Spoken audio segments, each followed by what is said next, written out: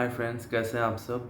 एक बार फिर से स्वागत है आप सबका मेरे यूट्यूब चैनल पर प्रैक्टिकल एस्ट्रोलॉजी विद रवीन पुरोहित में। तो फ्रेंड्स, हम लोग डिस्कस कर रहे थे राहु एंड केतु के बारे में।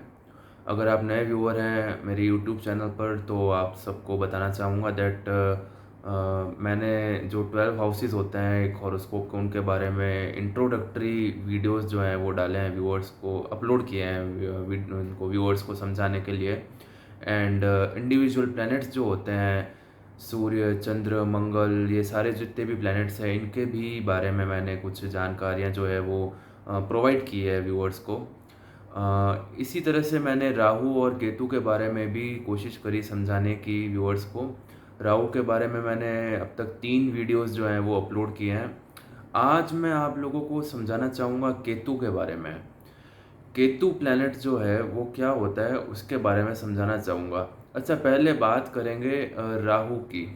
देखिए, राहु जो है वर्तमान स्थिति जो है अभी मेष राशि में राहु और मंगल की जो है वो युति हो रखी है।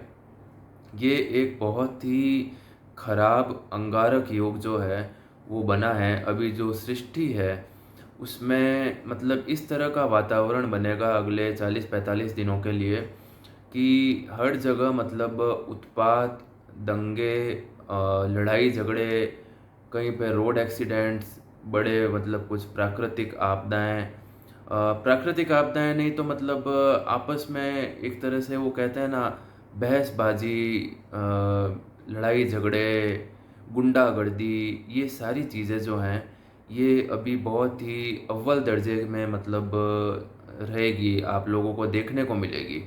राइट। तो मेष राशि देखिए पहले से ही एक ये क्रूर राशि होती है। ऑलराइट। और फिर इसमें इसका जो स्वामित्व होता है वो ग्रहों के सेनापति मंगल के पास होता है। तो पहले से ही एक क्रूर राशि, उसका स्वामी जो है वो क्रूर ग्रह, फिर राहु वहाँ पे आ गए गोचर में, और अब मंगल भी वहाँ पे खुद आ गए हैं खुद की राशि में। राहु मंगल का जो है अंगारक योग बन गया है। तो मैं बताना चाहूँगा जिन जिन लोगों के अभी मंगल की या राहु की दशा चल रही है वो अगले 40 से 45 दिन जो है गाड़ी बहुत ध्यान से चलाएं और फालतू की बहसबाजी में किसी के सामने ना पड़ें, और जितना हो ज़्यादा हो सके अपने दिमाग को ठंडा रखें। आपको ऐसे बहुत से मौके राहु और मंगल मिलकर के ऐसे बहुत से मौके आपको देंगे जब आप चला करके किसी से बहस करो या सामने वाला आपको उत्साहे किसी तरह की बयानबाजी या बहसबाजी के लिए। आप लोगों को एकदम शांत रहना है अगले 40 से 45 दिन, जिन जिन लोगों के राहु की या मंगल की दशा चल रही है। ऑलराइट। तो अच्छा, ये एक मैंने आप लोगों को अभी जो अंगारक योग बना हुआ है ग्रहों की जो मतलब अभी पोजीशन है उस हिसाब से रिसेंटली जो क्या चल रहा है वो मैंने आपको बताया। अब बात करते हैं टॉपिक के ऊपर। एक बार फिर से कहूँगा, हर बार की तरह अगर आप नए व्यूअर है तो प्लीज़ सब्सक्राइब करना ना भूलिएगा मेरे इस यूट्यूब चैनल को, एंड पास में जो बेल आइकन है उसे दबाना ना भूलें, बिकॉज ऑफ दैट जब भी मैं वीडियो अपलोड करूँगा हाथों हाथ आप लोगों के पास नोटिफिकेशन आ जाएगा। एंड प्लीज़ लाइक ज़रूर कीजिएगा मेरे वीडियो को, जितना ज़्यादा हो सके शेयर कीजिएगा। ऑलराइट। तो देखिए, केतु जो है, केतु एक बहुत ही रहस्यमय ग्रह है। ये अजीब ग्रह है। इसके पास सर नहीं है। सर जो है सर्वभानु दैत्य का, वो तो राहु हो गया। ऑलराइट, उसका अलग वो हो गया चैप्टर, वो क्लोज हो गया। अब बचा धड़, जिसका नाम है केतु। ऑलराइट। तो केतु जो है वो, उसकी पहली बात तो अच्छा है, सबसे पहला डिबेट क्या होता है केतु के ऊपर। कोई जो ज्ञानी लोग हैं वो मानते हैं कि केतु की भी दृष्टियां होती है एक हॉरोस्कोप में, 5वीं, 7वीं, 9वीं। और कोई मानते हैं कि केतु की कोई दृष्टियां नहीं होती। मेरा भी यही मानना है कि केतु की दृष्टियां नहीं होती, बिकॉज़ अगर आप लॉजिक लगाएंगे तो जिसके पास सर ही नहीं, उसके पास आंखें नहीं, तो किस तरह की दृष्टि। हालांकि हो सकता है कि कोई लोग इस चीज़ से अग्री नहीं करें, बट मेरा भी यही मानना है दैट केतु की कोई दृष्टियां नहीं होती। अच्छा, वृश्चिक राशि या मेनली जो धनु राशि है, इसमें केतु जो है वो बहुत ही पावरफुल होते हैं। केतु के मेन देखिए, केतु एक ऐसा ग्रह है, केतु का झंडे से जो ध्वजा होती है, झंडा, उससे एक बहुत गहरा संबंध होता है।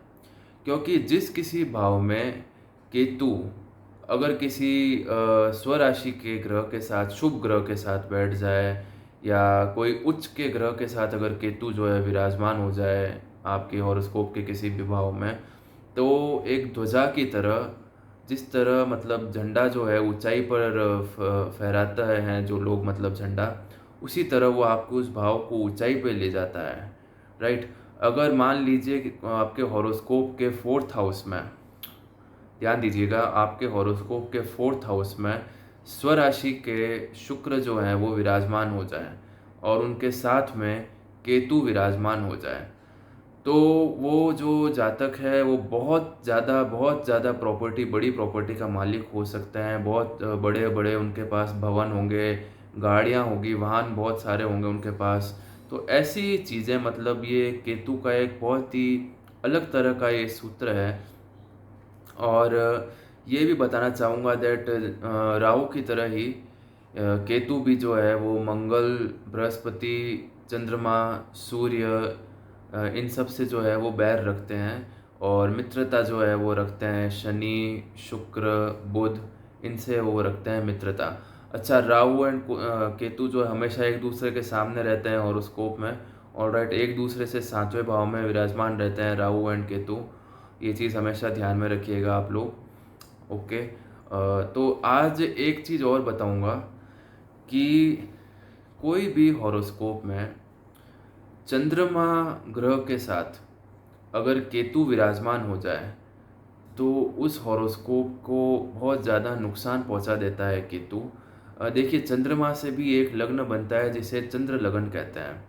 ऑलराइट, तो चंद्रमा भले ही मैं कह दूं आपकी हॉरोस्कोप में चंद्रमा जो है अगर उच्च राशि में हो या स्वराशि में हो या पक्ष बल में बहुत ही मजबूत हो, पूर्णिमा के दिन मान लीजिए आपका जन्म हुआ है, शुक्ल पक्ष की जो पूर्णिमा है उसके दिन आपका जन्म हुआ है, रात के दिन, कुछ भी हो जाए, मैं तो कहता हूँ भले कितना ही पावरफुल हो चंद्रमा, पूर्णिमा के दिन, शुक्ल पक्ष की पूर्णिमा के दिन आपका जन्म हो रात को, और बृहस्पति भी उस चंद्रमा को देखता हो, बहुत सी चीज़ें, कुछ भी हो जाए, कितना ही बल क्यों ना हो चंद्रमा के पास, लेकिन अगर आपकी हॉरोस्कोप में चंद्रमा केतु के साथ विराजमान हो गया तो चंद्रमा की बहुत ज़्यादा, चंद्रमा को वो नुकसान पहुंचा देता है और उस हॉरोस्कोप को बहुत ज़्यादा एक निम्न स्तर पर केतु जो है वो लेकर आ जाता है।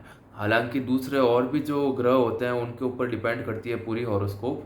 ये मैं आपको सिर्फ बता रहा हूँ कि चंद्रमा जो है आपकी हॉरोस्कोप का, उसको किस तरह नुकसान पहुँचा सकता है केतु अगर चंद्रमा के साथ विराजमान हो जाए। ऐसे जातक जिनका चंद्रमा पहले से ही बिगड़ा हुआ हो, मान लीजिए शनि द्वारा दृष्ट हो या राहु द्वारा दृष्ट हो, और नीच राशि में हो या शत्रु राशि में हो, विष योग में विराजमान हो, और उनको उसमें उसके साथ केतु विराजमान हो जाए चंद्रमा के साथ, तो ऐसा मुमकिन भी है कि ऐसे जातक जो हैं शायद मेंटली थोड़े से पजल्ड भी रहते हैं, और कुछ दिमागी हालत जो है उनकी वो भी ख़राब हो सकती है, कुछ नुकसान पहुंच सकता है उनके ब्रेन को, मतलब बुरी तरह आदमी जो है परेशान हो सकता है अगर चंद्रमा और केतु एक साथ कुंडली में विराजमान हो और चंद्रमा जो है उसकी कंडीशन सही नहीं हो। अगर चंद्रमा उच्च राशि में हुआ, स्वराशि में हुआ, पक्ष बल में मजबूत हुआ, तो फिर भी कुछ हद तक चंद्रमा जो है वो बच सकते हैं केतु से। अदरवाइज़ फिर कोई चांस नहीं है, जातक जो है वो मेंटली पूरी तरह मतलब पागल हो जाएगा एक तरह से, छोटी छोटी बातों का बहुत ज़्यादा टेंशन लेने लगेंगे, और हो सकता है साइकेट्रिस्ट से इलाज भी करवाने की उनकी, ऐसे जातक की ज़रूरत पड़े। ऑलराइट, तो ये मैंने आपको चंद्रमा एंड केतु के बारे में आज बताया। इसी तरह मैं आपको बताऊंगा केतु जो है अगर बुध ग्रह के साथ विराजमान हो जाए, ऑलराइट, बुध ग्रह के साथ अगर केतु विराजमान हो जाए तो ये एक बहुत ही ज़्यादा अच्छा ये कॉम्बिनेशन है। ऐसा जातक जो है वो हाईली कैलकुलेटिव होता है और मतलब उनका जो एक दिमाग का जो लेवल होता है वो इतना ज़्यादा फर्टाइल होता है कि एक तो मैथ्स में ऐसे जातक जो हैं वो बहुत ही अच्छे होंगे और बहुत ही अच्छी उनकी कैलकुलेशन स्तर जो है वो बहुत ही अच्छा होगा और दिमाग उनका बहुत ही शार्प होगा। ऑलराइट। इसी तरह केतु के जो अलग-अलग कॉम्बिनेशंस होते हैं, सूर्य के साथ भी केतु जो है वो शत्रुता रखते हैं। ऑलराइट। तो ये मैं आपको आज केतु के बारे में बता रहा हूँ। केतु देखिए एक पूर्ण रूप से ये भी छाया ग्रह है। जिस ग्रह के साथ बैठते हैं, ऑलराइट, या जिस ग्रह की राशि में बैठते हैं, जिस भाव में आपके बैठते हैं हॉरोस्कोप के, उसका भी असर जो है वो खुद के अंदर ले लेते हैं। ये राहु, जैसे राहु एंड केतु दोनों जो है ये छाया ग्रह है। केतु के भी कैरेक्टरिस्टिक्स जो हैं वो राहु की तरह ही हैं, कुछ कुछ कैरेक्टरिस्टिक्स। बस ये है कि राहु जो है उसके मन में बदमाशी है, केतु के मन में बदमाशी नहीं है क्योंकि उसके पास मन ही नहीं है। ठीक है। हाँ, दूसरे ग्रह जो हैं वो केतु के साथ विराजमान होकर के वो क्या असर देते हैं, ये चीज़ डिपेंड करती है। जैसे चंद्रमा का मैंने आपको बताया किस तरह चंद्रमा बिगड़ जाता है अगर केतु के साथ विराजमान होता है। चंद्रमा जो है बहुत ज़्यादा डरता है केतु से, बिल्कुल वो केतु से दूर रहना चाहता है। जी, ये मैंने आपको आज केतु के बारे में कुछ चीज़ें बताने की कोशिश करी। अच्छा, किसी के ये चीज़ भी है, किसी हॉरोस्कोप में अगर 5वें भाव में केतु विराजमान हो जाए, तो ऐसा भी माना जाता है कि उसे वाक् सिद्धि मिलती है और बहुत ही प्रबल उसकी वाक् सिद्धि होती है। ये चीज़ भी एक, ये बहुत ही एक गुप्त सूत्र है केतु के बारे में। तो आशा करता हूँ आपको मेरा जो आज का वीडियो है केतु के बारे में वो समझ आया होगा। एक और चीज़ आप लोगों को आज बताऊँगा कि केतु जो है किन किन नक्षत्रों का स्वामित्व रखते हैं।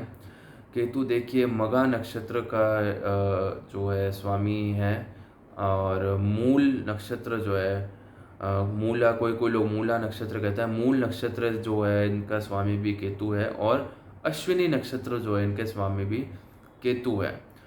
चंद्रमा जो है, अगर कोई जातक मान लीजिए किसी जातक का जन्म हुआ है इन 3 नक्षत्रों में, चंद्रमा इन 3 नक्षत्रों में मान लीजिए विराजमान है, तो फिर ये गणमूल नक्षत्र हो जाते हैं और जातक को, इनकी जातक के माता-पिता को, जिस जातक ने इन नक्षत्रों में जन्म लिया है उसकी शांति के लिए हवन कराना पड़ता है, उसकी चंद्रमा की शांति के लिए, उन नक्षत्रों की शांति के लिए। ऑलराइट। तो ये मैंने आपको आज बताया केतु के बारे में। किन किन ग्रहों के 2-3 मैंने आपको ग्रह बताया, उनके साथ विराजमान होने से केतु का क्या जो है वो फल होता है। अच्छा, जैसे मंगल का भी आपको बताता हूँ। मंगल ग्रह के साथ अगर केतु विराजमान हो जाए तो मंगल देखिए रक्त का कारक होता है हॉरोस्कोप में। ऑलराइट।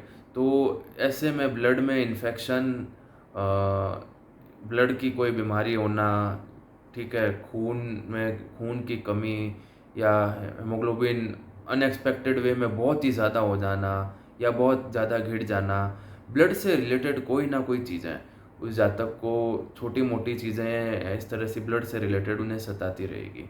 तो ऐसे मतलब केतु जो है अलग-अलग प्लैनेट्स के साथ अलग-अलग उसका जो कॉम्बिनेशन होता है वो अलग-अलग तरह के वो जो है रिज़ल्ट्स देता है। राइट? तो ये आज का जो वीडियो है उसमें मैंने आपको केतु के बारे में समझाया। आशा करता हूँ आप लोगों को मेरा जो वीडियो है वो समझ आया होगा। अगर किसी भी तरह की कोई प्रॉब्लम है या कोई चीज़ आपको समझ नहीं आई हो, वो आप कमेंट सेक्शन में मुझसे पूछ सकते हैं। Alright, thank you so much.